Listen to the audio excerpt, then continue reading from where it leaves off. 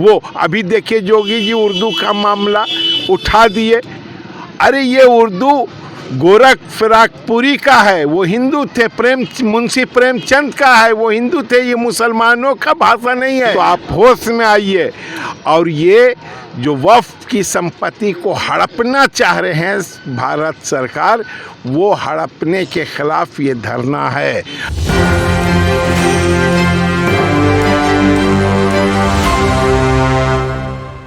नमस्कार, मैं रमेश देख एक न्यूज़ 24। अभी हम गर्दारा धरना स्थल पर हैं। यहाँ पर देख सकते हैं तमाम मुस्लिम संगठन के लोग हैं।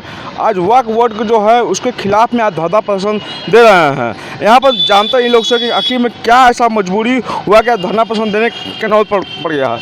आपको पता है धरना प्रदर्शन कर रहे हैं किस लिए, क्या आपको नौ प्रकार धरना प्रदर्शन करना पड़ा आप लोग को? देखिए, आपको मैं पहले भी कह चुका हूँ, फिर कह रहा हूँ।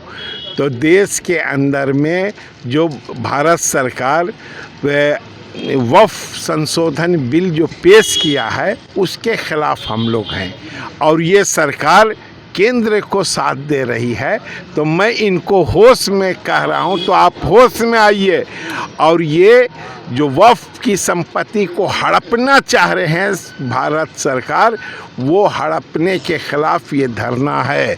और साथ साथ अल्पसंख्यकों की जितनी भी योजना है, उनके संस्थान हैं, शिक्षा संस्थान और संस्थान हैं, उनको जो बंद करने की, उनके बजट को ख़त्म करने की जो बात हो रही है, वो अभी देखिए योगी जी उर्दू का मामला उठा दिए। अरे ये उर्दू गोरख फिराकपुरी का है, वो हिंदू थे।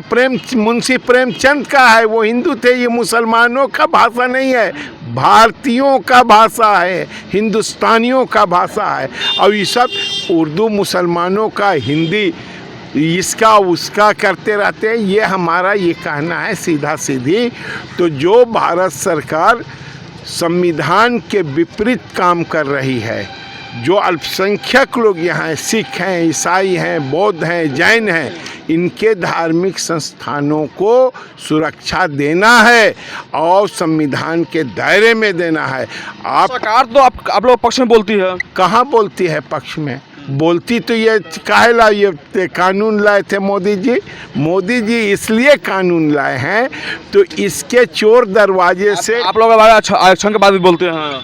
आरक्षण की बात है, हम लोग के अंदर में, मुसलमानों के अंदर में दलित लोग हैं, उनको मिलना चाहिए अधिकार। रामविलास पासवान का बेटा लड़ता है, क्यों नहीं वहाँ से जाकिर अली लड़े? क्यों नहीं वहाँ से रहीम मियाँ लड़े? दलित है ना मुसलमान, तो उनको भी मिलना न चाहिए। तो इतना मनी सीट दलित के नाम पर सिर्फ एक धर्म के लोगों को दे रहे हैं। दूसरे लोग कहाँ जाएंगे? क्या मुसलमानों में दलित नहीं है? ये पासमंदा चिल्लाते हैं मोदी जी। अरे आप दीजिए न, चिल्लाने से क्या है, उनको अधिकार दे दीजिए। हम लोग कल्याणकारी समझेंगे आपको। तो ये नहीं दे रहे हैं, बल्कि काट रहे हैं। देखिए आप जमुई के अंदर में उनकी शेरनी कैसा नाटक कर रही है, विधायक से लेकर तमाम। इसलिए इस नाटक को बंद करें और संविधान के दायरा में बात करें। ये बताइए, आज उसके खिलाफ में आप लोग धरना प्रदर्शन कर रहे हैं, इसके लिए आपको पहले कहीं ज्ञापन दिए हैं क्या? इसके पहले हम लोगों ने राज्यपाल को भी ज्ञापन दिया था। उसके पहले आपने देखा होगा कि पार्लियामेंट के अंदर हमारे जो सेकुलर मिजाज के लोग हैं, वो वक्फ बिल का ज़बरदस्त विरोध किए। हमारे जो जनप्रतिनिधि हैं, नतीजा ये हुआ कि जेपीसी बनी।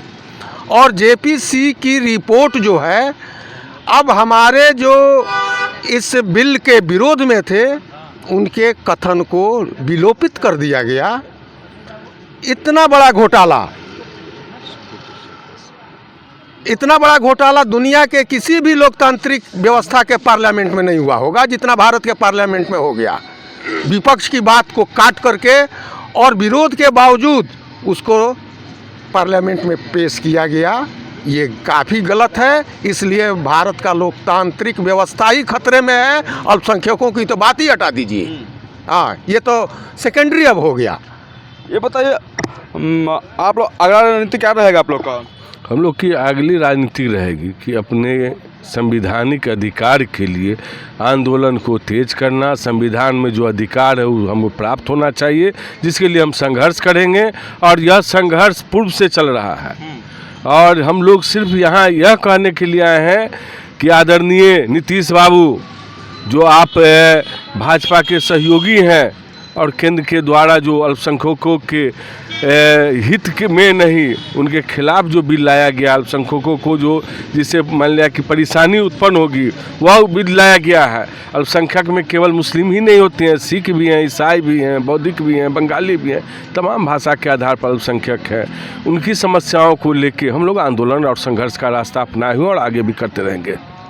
अगर सरकार बात नहीं मानेगी तो आगे क्या कीजिएगा आप लोग? लगातार आंदोलन करेंगे, अपनी बात को मनवाने के लिए मजबूर करेंगे। आपको याद होगा कि लंबे समय तक जो सो किसानों ने बॉर्डर पर जो है सो, आपको सिंधु बॉर्डर हो, दिल्ली बॉर्डर हो, आंदोलन किए, शहीद हुए, आखिर मनवाने पर मजबूर किए।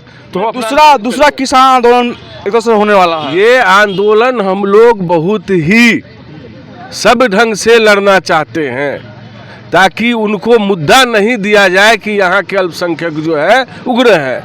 इसीलिए शांतिपूर्ण ढंग से अपनी बात वहाँ रखना चाहते हैं, परिस्थिति वो ऐसा न बनावे। क्या कहिएगा सर?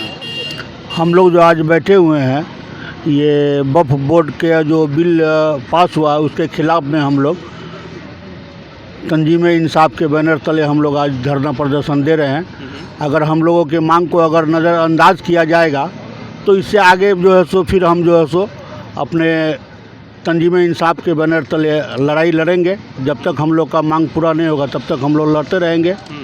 मेरा नाम मोहम्मद जहांगीर, मधुबनी जिला। अच्छा, आगे का रणनीति क्या रहेगा? मान लीजिए सरकार अगर बात नहीं सुन पाएगी तो क्या करिएगा आप लोग? तो हम लोग इससे भी विशाल प्रदर्शन करेंगे, मसाल जुलूस निकालेंगे। क्या मसाल जुलूस करने से सरकार बात मान जाएगी? नहीं मानेगी, जब तक नहीं मानेगी तब तक तो हम लोग लड़ते रहेंगे, छोड़ने वाले नहीं हैं डबल इंजन सरकार को।